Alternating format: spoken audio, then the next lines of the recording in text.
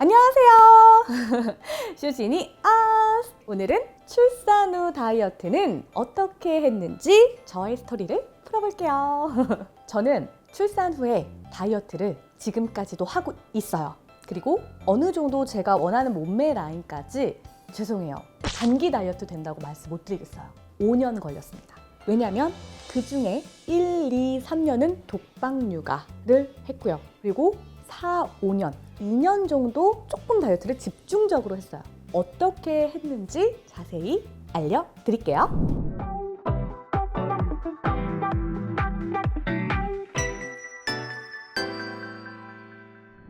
저는 먼저 살이 찌게 된 건 소위 말하는 먹덧.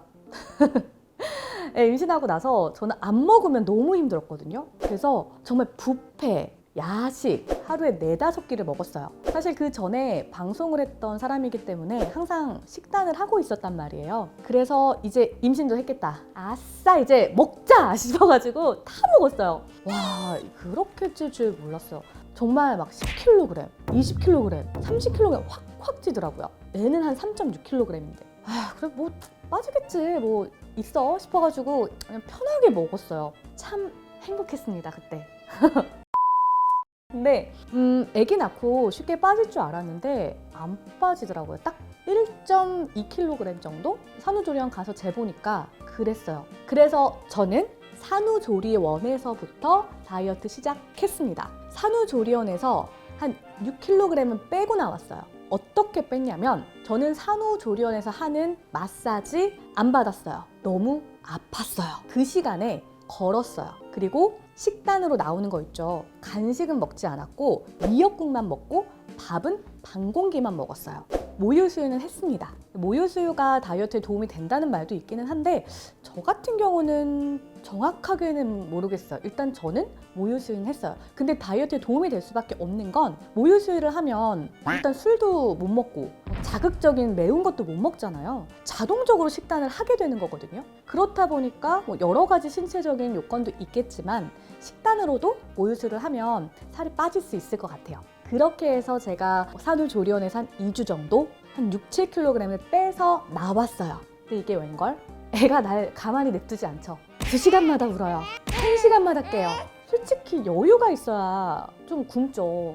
도저히 못하겠는 거예요. 그래서 모유수유 식단은 유지하되 먹었습니다. 네, 밥도 먹었고 뭐 편안하게 다 먹었어요. 그래서 그때 병원도 가봤어요. 너무 팔이 쑤셔가지고. 근데 의사분이 그 말씀을 하시더라고요. 지금 아픈 건 당연해요. 나중에 나으실 거예요. 어린이집 보내면 나아요. 이 말씀을 하셔서 좀 그때는 야속했지만 그 말이 맞는 것 같아요. 그래서 저는 우리 엄마들한테 다이어트 물론 중요해요. 근데 출산 후에 아이를 어린이집에 맡기기 전까지는 너무 스트레스 받지 마시고 좀 편하게 드셔주셨으면 좋겠어요. 그때라는 시기가 또 다시 돌아오지도 않고 또 아이한테 내가 식단을 하면서 스트레스를 받아서 그걸 전가시킬 필요는 없으니까 아기를 어린이집에 맡기기 전까지는 좀 최대한 좀 건강한 식단으로 유지하면 좋겠지만 좀 편하게 드시기를 권장.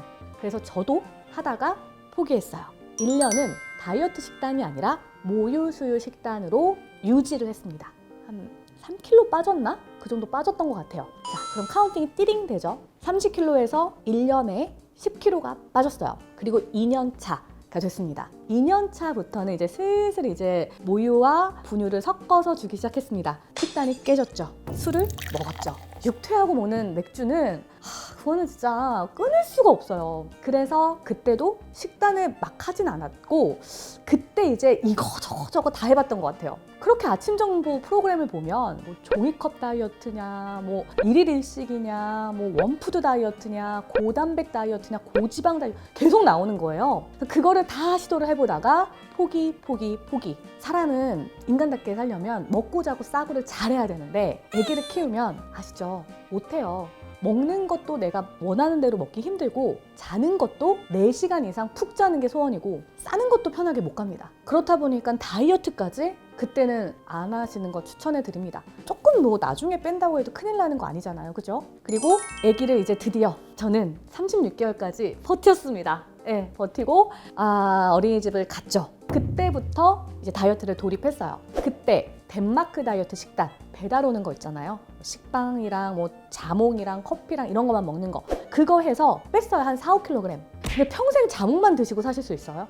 식빵만 드시고 사실 수 있어요? 못 하시지 않겠어요? 끝나고 나니까 다시 그대로 한 5kg 빠진 거 3kg가 돌아오더라고요. 그렇게 요요를 반복하게 됩니다. 덴마크 다이어트 식단도 하다가 뺐다가 다시, 그리고 종이컵 다이어트라고 또 뭐 컵 3개로 탄수화물, 단백질, 지방을 놓는 게 있어요. 그거 해서 한 5kg 빼고 다시 3kg 다시. 그렇게 정말 꾸준히 찔러서 해보니까 그래도 내가 한 5kg 뺐잖아요. 그리고 다시 3kg 찌니까 2kg씩이 좀 빠지더라고요. 그렇게 해서 아이가 어린이집을 가고 나서 또 한 10kg 정도를 뺐어요. 마지막 남은 10kg, 마지막 남은 7, 8kg. 그게 이제 잘 안 빠져요. 느끼실 거예요. 보통 30kg 정도 빼면 되게 대단한 것 같지만 사실 한 20kg까지는 좀 금방 빠져요. 근데 마지막 10kg이 진짜 안 빠지거든요. 근데 그거 같은 경우 이제 그때부터는 제가 이제 본격적인 운동, 본격적인 시술에 들어갔습니다. 그때 제가 다시 복직을 하려고 지방흡입을 해봤고요. 한의원도 가봤어요. 지방흡입 추천하나요? 저는요, 할 수 있는 건 다 하셨으면 좋겠어요.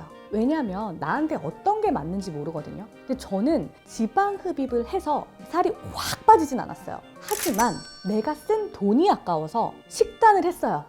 그 다음부터는 내가 그거 하느라 막 복디 차고 막 수술하고 막 멍들고 아프고, 여러분 복대를 한 2주 정도 차야 돼요. 진짜 그게 너무 힘들거든요. 그랬는데 내가 다시 못 먹겠더라고요. 그리고 내가 원하는 만큼 더 빼고 싶더라고요. 그런 동기부여가 오히려 됐어요. 그래서 그때부터 조금 더 본격적으로 다이어트를 시작했고, 그리고 가장 중요한 거, 이유가 있어야 돼요. 내가 다이어트를 하는 이유. 그래서 저는 모델 대회를 나갔습니다. 그때 이제 모델 대회를 나가니까 살을 빼야 되는 목적이 생긴 거죠. 그러니까 빼게 돼요. 그 목적이 없으면 마지막 관문을 넘어가기가 너무 힘들어요, 여러분. 내가 왜 굳이? 내가 굳이 이거 빼서 뭐 하는데? 그냥 먹자. 계속 이렇게 되거든요. 그래서 뭔가 목표를 정하세요. 저처럼 방송 일을 하시는 분들은 뭐 모델 대회가 됐든 뭐 다른 것도 좋지만, 보통 이제 일반적인 직장인 분들은 바디 프로필 비싸요. 한 예약하는데 3, 40만 원 정도 할 거예요. 예약하세요. 스케줄을. 그러면 그 돈이 아까워서라도 빼게 돼요. 목표를 꼭 설정하셨으면 좋겠습니다. 그 목적이 없으면 그 마지막 5kg 정말 힘들거든요. 그래서 그때 저는 그 목표를 가지고 운동도 하고, 그리고 거의 하루에 1시간씩 걸었어요. 힘든 운동은 못 하겠더라고요. 아기를 낳고 나니까 뭐 무거운 것도 못 들겠고 힘든 운동을 하기가 쉽지가 않아서 그냥 걸었어요. 유산소 운동은요, 여러분, 여기서 팁을 알려드리자면 20분에서 30분 이상부터 운동이 되거든요. 근데 빨리 뛰실 필요 없어요. 꾸준히 뛰시면 돼요. 꾸준히 걸으시면 돼요. 유산소는 내가 꾸준히 걸어서 그거를 유지시키는, 그 호흡을 내뱉는 게 유산소 운동이거든요. 빨리 뛸 필요가 없기 때문에 그냥 천천히 걸어서 30분 이상만 유지하시면 그게 유산소 운동이 되는 겁니다. 그래서 저는 그냥 핸드폰 통화하면서 한 1시간 정도 매일 걸었던 것 같아요.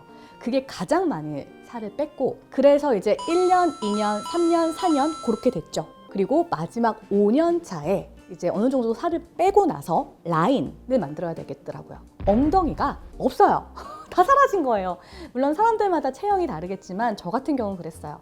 그래서 그때부터 라인을 만들기 위해서 필라테스를 하고, 그리고 제가 1편에 말씀드린 그 유지 식단을 유지하고, 그리고 가끔 바디 프로필을 준비하면서 다이어트 식단을 돌입하고, 그렇게 순차적으로 했습니다. 단기 다이어트 물론 가능해요. 근데 저도 20대 때는 그렇게 했는데요. 30대 때부터는 단기 다이어트는 단기만 빠지더라고요. 금방 다시 찌더라고요. 그리고 30대 이후부터는 저도 이제 38이니까 35살 그 정도 이상부터는 여러분, 내가 계속해서 할 수 있는 거를 찾으셔야 돼요. 어떤 사람은 일일 일식이 맞을 수도 있고요. 어떤 사람은 저처럼 탄단지를 맞추는 것도 맞을 수도 있고, 다 달라요. 내 라이프 스타일에 따라서 맞는 식단을 찾아보시기 바랍니다. 그래서 다 해보세요, 여러분. 제 방식이 다 좋다는 게 아니에요. 여러분들한테 맞는 방식을 찾으려면 다 해보셔야 돼요. 그래서 뭐 남자도 많이 만나봐야 잘 결혼한다 뭐 이런 얘기 있잖아요. 좀 더 만나볼.